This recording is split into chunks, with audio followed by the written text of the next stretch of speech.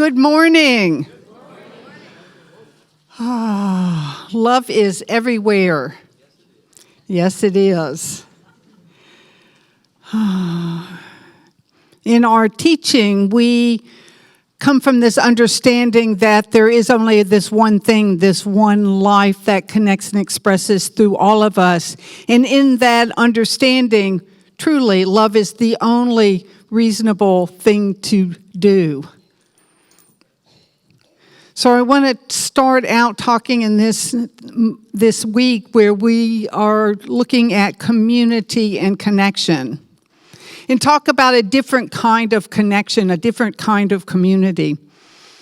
In 1960, a 26-year-old Jane Goodall found herself in Tanzania and was chosen by Dr. Leakey to become the person who would sit and observe the chimpanzees.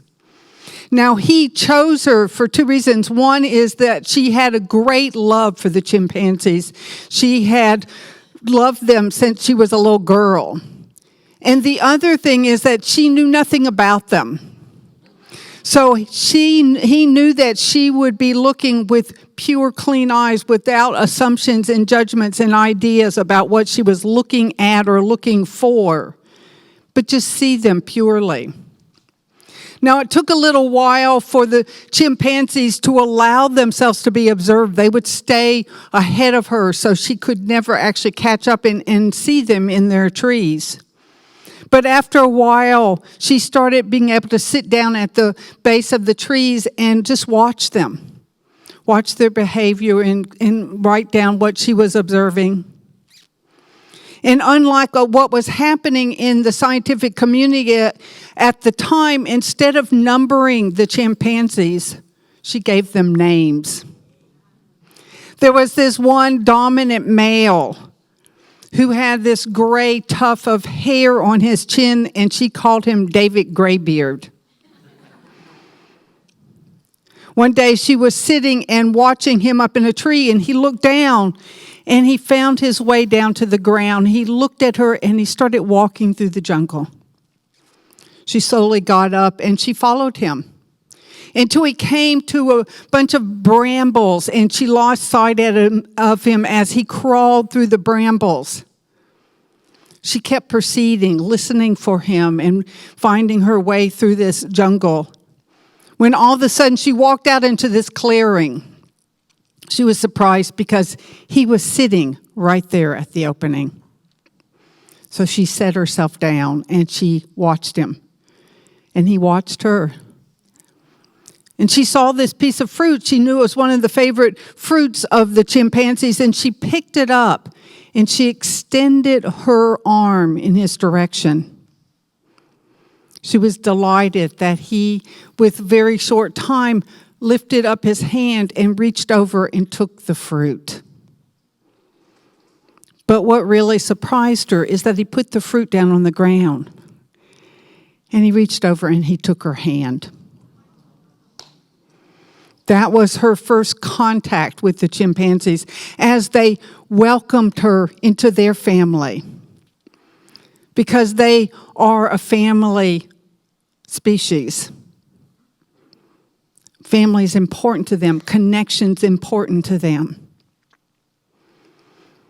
I share this story with you because that's really true for us, and it's really been our theme for this month. In fact, it's really all we ever talk about is how do we be with the world, knowing that we're one. We're not separate. We're not separate from each other. We're not separate from the species. And as the people that have been marching this last week know, we're not separate from the earth itself. We're made of the same stuff of which the planet is made, of the same stuff that the air that we breathe is made. We're made of the same stuff. We're unfolding through that same life impulsion that's turning us into this new season right now. And so we're looking at what does it mean to be in community? What does it mean to have connection? So many of us came into this center and recognized ourselves at home. We recognized a place that was user-friendly, I might say. A place where we felt embraced just the way we are, and as Edward says, just the way we are not. In fact, that's the whole purpose of this center. The whole purpose of our teaching is for us to recognize that perfection, as the song said, that perfection that we already are. We're not here fixing ourselves. We're here becoming more and more and more aware of what we are. And as we do that, that's not our truth can fall away.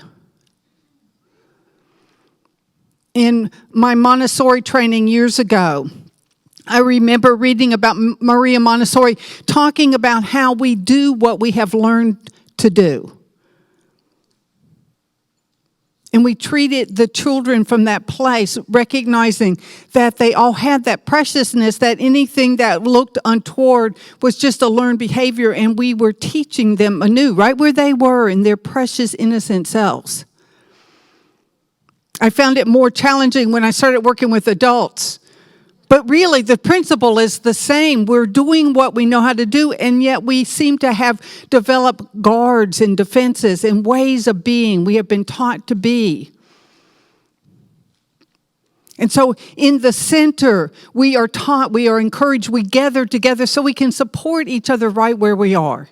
And that supporting sometimes looks like extending a hand. And it sometimes looks like receiving that hand. This month, the practitioners have been making themselves very visible. We are grounded in that practice that leads to practitionership. We are here to serve. But it doesn't matter whether we're licensed or not. We are all here to serve. We're all doing this good work of recognizing who we are and recognizing who the other is, because truly in this teaching, there's an understanding of there's no other. Jane Goodall says this: you cannot get through a single day without having an impact on the world around you. What you think and speak and do makes a difference. You just have to decide what kind of difference you want to make. So we come back to the center again and again and again to receive that support, to remember again and again, to break through our own guardedness, our own defendedness, so that we can see each other anew. This last weekend, I found myself injured in such a way that I felt very challenged getting around and getting through my day. And I had a good friend who offered to come and help me, and he took me shopping so he could carry my groceries the 18 to 20 steps up to my apartment. And what was so interesting to me is how challenging it was to allow him to help me. I hear this from other people, and it's interesting because I serve people all the time. He said this to me. He says, Ruth, you're always taking care of other people. You're always supporting people. You're always there for other people. And yet, it was so challenging to allow him that help.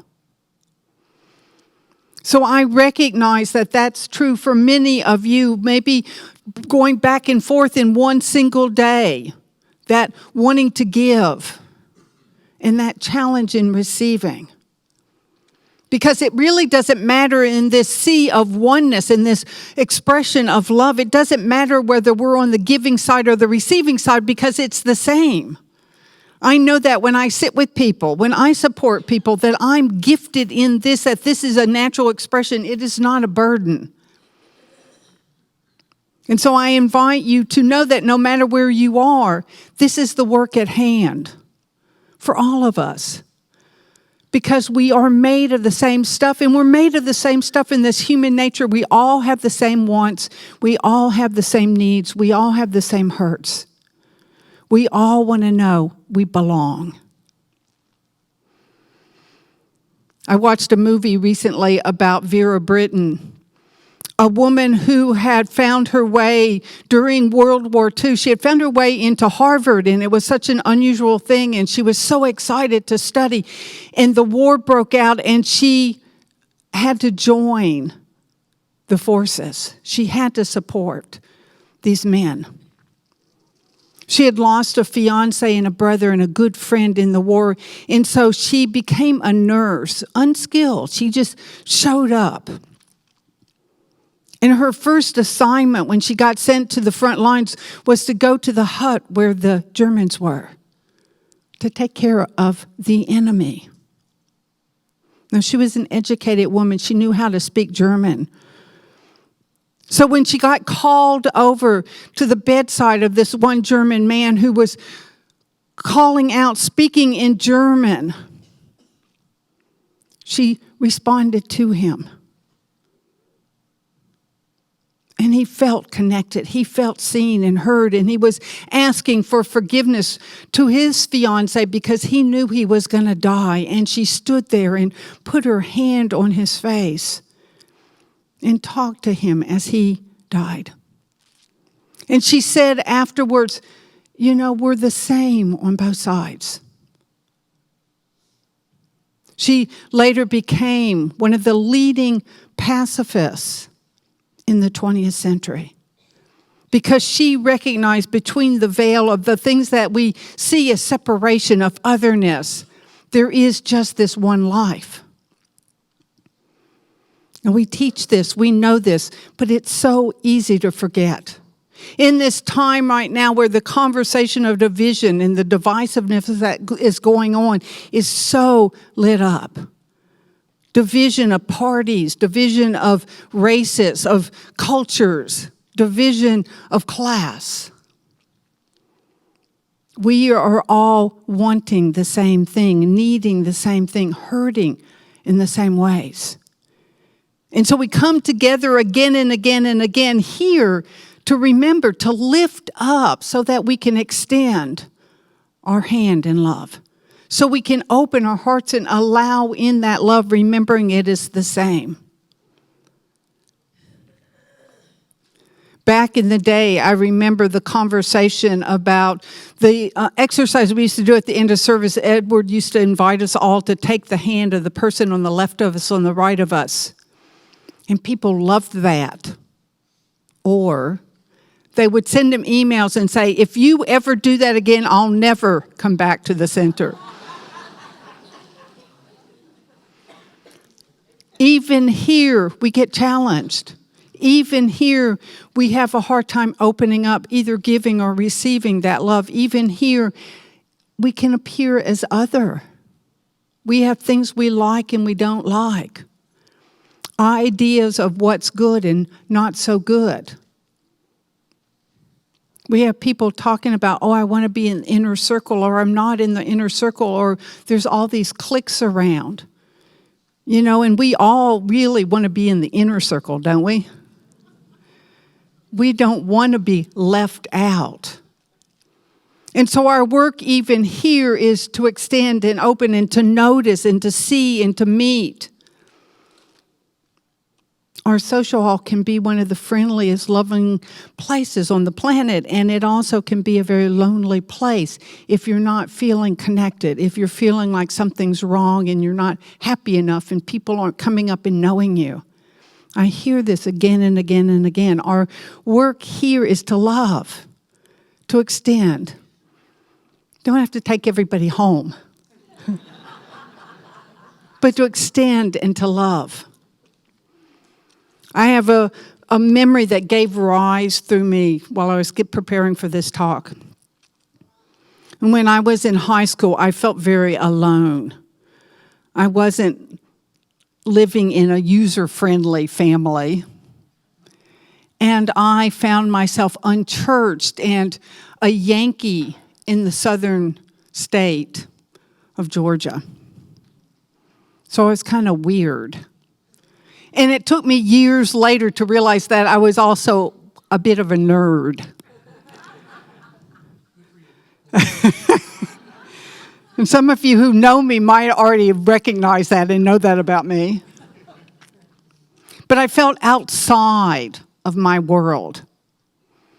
And I remember one day where I was standing on the overpass bridge and I was just staring off into the distance. No, I don't think I was going to do anything, but it was not a happy moment for me. I was feeling very alone, estranged. When all of a sudden I heard a car pull up and one of the boys from my high school, one of the popular boys, got out. And he came over to see if I was okay. I'll never forget this moment. It touched me so deeply.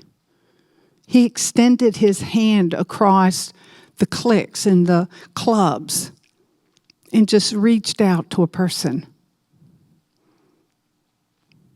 It moved me and it became part of who I am.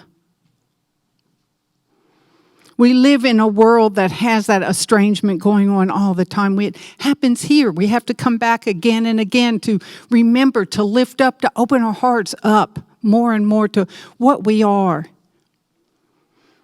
And what I know is that when we know that we're enough, when we know that we belong, any and all of us, then we're not hurtful. I know that's true for everybody in this world. When we know we're enough, our hearts are open. So I'm here to simply, like we do every Sunday, to remind us all, to remind myself to open my heart, to recognize that connection that we are. I just recently went with my friend Catherine Jurek to the Glazer Center. Have you seen the show that's there now? It's magnificent. A photographer went and took pictures of the homeless. Big face pictures. Just headshots. So that you can see into these eyes of these people. You can see hurt. You can see love, and you can see a lot of light and preciousness. Because we are the same. One of the things I hear again and again about the homeless population is they just want to be recognized as human beings. They want people to look at them, to say hello to them, because they are wanting and needing the same thing. That's what we're here opening our hearts for and to. I'm reading Father Gregory Boyles, I think his name is, his second book. He wrote Tattoos on the Heart, and now I'm reading Barking at the Choir. He got that line from one of the gang members he works with. He's a priest that got assigned to the barrios in Los Angeles. And so he started working with gang members, and he recognized that desire in all these young men to just belong, that they even had joined gangs because they just wanted to belong and matter somewhere. And so people are coming out of prison and off the street, and they're coming to see him, and he's supporting them. He created what he calls homeboy industries. He's training these men to simply be and function in the world, to know that they're okay, that they belong. He's training them and giving them jobs. They've opened a bakery and a laundry, a restaurant. And they staff these places. Because these gang members want to know they belong, and they want to know they can make a difference. When Father Doyle shares their stories, you can hear that preciousness of their hearts, because they just are precious beings wanting and needing the same thing all of us are. So we come and practice here, because it's a safe, loving place to practice, but still we have to practice. I heard an interview years ago with a sequestered nun. And the interviewer said to this nun, "Isn't it hard being sequestered?" And she said, "It's not the solitude that's hard in being a sequestered nun. It's sharing it with other nuns that you didn't choose to be with." So that's us. Here we are. We are a spiritual community with people that we love and people we may not think we understand, that we might not know that we're connected to, that we're made of the same stuff. We want and need the same thing. So we have this invitation to open our hearts again and again and again, to know this truth more and more and more, to feel it, to be it, to extend, or to let in. Because like I said, no matter what side you are, no matter what you're bringing, it's making a difference. It's touching people. I heard an interview with Mother Teresa, and somebody was talking to her and said, "Yeah, but you're doing holy work." And she turned around and she said, "We're all doing holy work. We're all doing holy work right where we are." And sometimes that holy work is really just getting through a challenging time.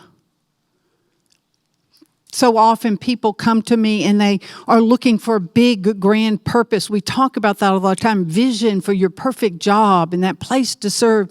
And we forget that we are serving and making a difference all the time with an extended hand or an allowing of an embrace, with a smile, a kind word. This is what community is about. And we are community beyond these walls. We are community with the homeless. We are community with the gangs. We are community with those neighbors we love and the ones that challenge us. We are community and belong in ourselves, even when we're the one that are challenged in our own relationship with ourselves. So we practice. The practitioners at our center have been making themselves more and more visible because they want to make reaching out to them more user-friendly. I love that term. Because really our center is here to serve. That's the calling. When we became licensed to become practitioners, that's the calling. We call ourselves the healing arm. Because we're here to pray with, to celebrate in that prayer, or to lift up that remembrance of the good that we are. No matter. Because we are community in our high moments, in our low moments. John Denver sang those words, in our joys and in our pain. And we're all touching, we're all part of this. And so that invitation to listen again, to open again, to remember again. I used to be in charge of the vigils here at the center, the spring vigil that will come up around again next year. And we'd give out little slips of paper to write down the things you want to release from your life, and little slips of paper to set an intention. And then prayer sheets, and you can make a prayer request. As the person in charge, at the end of the vigil, I would gather those all up and I'd take them home and I'd read every one. And I cried every year. Because we're so precious. We all want the same thing. We all have the same hurts and the same joy. We are one as community. One life right here. People are marching for our environment right now because we're recognizing we're one with that environment. We're not separate. We're not put upon the environment we're made of, like I said. We're not here to fix that environment. We're here to become skillful in our remembering that we've never, ever, ever been separate from it. It's easy to judge by appearances and think it's just something that we live through. We just stand on the earth. We forget that we're made of the earth. We forget that we're one with the other species. Well, if David Graybeard can extend his hand and know he's one, which ain't good all, then we can consider the possibility of extending our hands to each other and the people in our world. The people you sit across the breakfast table with and the people that you see looking back at you when you look in the mirror. The people in your work, the people on the streets, the people on the news. Because we don't need more hate and division, we need more love. People want to know they're a part of. They want to know that they're held right where they are. The origin of the word religion is to bind. We want to recognize and practice that draws us together. Before I became a Montessori teacher, I worked with inner city kids. I worked with emotionally disturbed and kids that grew up in challenging homes and challenging neighborhoods. My first job when I got to San Francisco was working in the Tenderloin. It was a tough neighborhood. Many of the parents lived in hotel rooms. The kids would come to school dirty, hungry, and we'd take care of them and love them and support them. When I first got the job, I remember walking in, and the first boy I met, his name was Atif. He was 3 years old with this bright, shining face. And the director stomped and introduced me, and he looked up, and what came out of his mouth at 3, I can't even repeat. 3 years old, and he was tough. He was ready to live in that neighborhood. He was guarded. He'd get in fights every day with the kids at the center. But at nap time, we'd roll out the mats, and I'd get a book off the shelf, and Atif would come and crawl into my lap. Because he just wanted to know he was held. He wanted to know he was safe. He wanted to know he belonged. Well, I'm here to tell you, you belong. You're safe here. You're held here by life itself and in community. That's our holy work, to support and be that lap. It's our holy work to allow people to hold us and support us. And so I invite you into this that we call spiritual mind treatment, this thing we call prayer, this thing that is alignment with the one. As we draw our attention to this, beyond human perception, to recognize that we live as one life, one earth, one peoples. This divine presence, this one intelligence, this one power, this one substance is what we are made of. It is that is called all of creation forth. And it is calling a forth brand new right now as it turns in this day, as it turns seamlessly into this new season. It turns and moves through us. Not bound by the stories, the beliefs, not bound by thoughts and feelings that come and go. Life is holding us anew. Life is informing us, calling us forth into that is our holy work right now. And so I know that presence right where I am speaking through this word, that presence that is the very breather of my breath, I know it is the life of each one here. It is the life of each one we hold near to and dear in our hearts. It is the life of each one in all that we share life with. For there's nothing and no one left out. And in this we are held in that immense lap of the divine, in that divine, wide, tender embrace.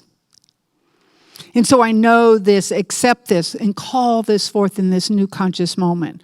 I celebrate this.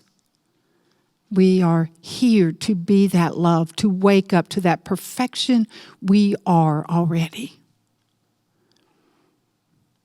And in gratitude for this knowing, in gratitude for this opportunity to come home in conscious awareness,